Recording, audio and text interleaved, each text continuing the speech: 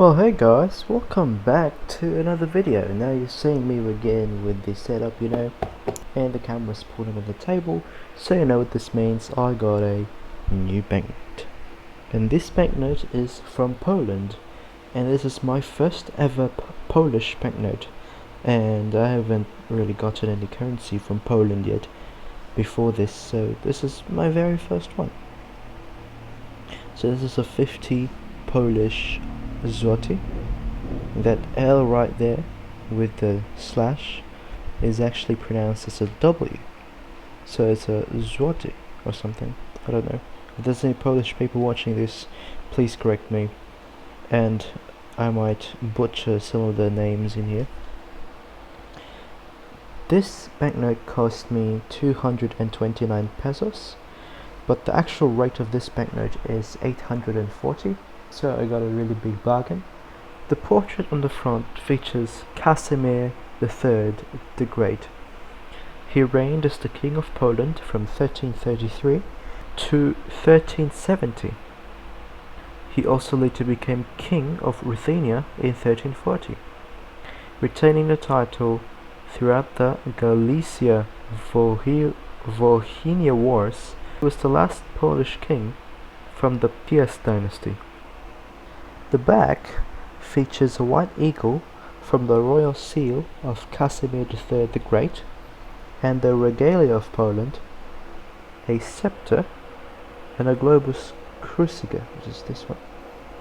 And in the back you could see a drawing of Kraków.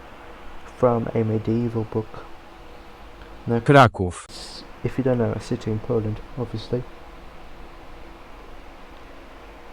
Now, Poland is in the European Union, and Poland needs to adopt the euro.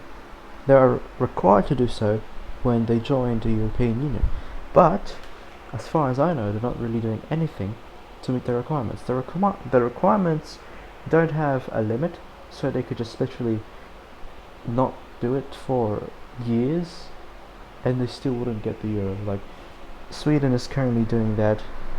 Denmark opted out to keep their currency. When the UK joined the EU, the UK also opted out because, fun fact, the pound sterling is one of the oldest, if not the oldest currency itself, actually. Some countries are also not trying to meet the requirements to do so. In my recent video we talked about the Bulgarian lev, who got replaced by the euro, unfortunately. I guess they unintentionally met the requirements, which is sad. But yeah. Anyways, let's check out the security feature of this banknote. So this is a paper banknote. Obviously you'd have a watermark here on the very left side. Say that. This is the watermark of the bigger portrait. And over here is a fully embedded security thread. You could see that right there. And over here is a see-through register of a crown. If you don't know what a see-through register is, it's basically half of the image printed on the front and half of the image printed on the back. So when you point a light behind it, you could see the whole image form. In this case it's a crown. You could see a latent image down here of a crown, and there is a tactile print all over the banknote, and this rhombus over here serves as a tactile feature for the visually impaired. There is another security feature, which is this one. This is what's called a rolling color changing ink. So you could see it's green from this side. When you slowly tilt it, it becomes blue. We can't really see that it becomes blue, but I believe if you just use the flashlight this way, you can see it becomes blue. Yeah, it's not really showing it.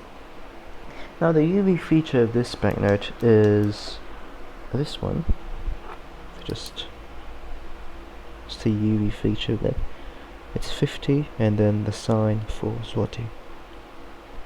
So yeah, that's my new banknote for this video, and I hope you enjoyed this video, and I hope that you guys learned something new.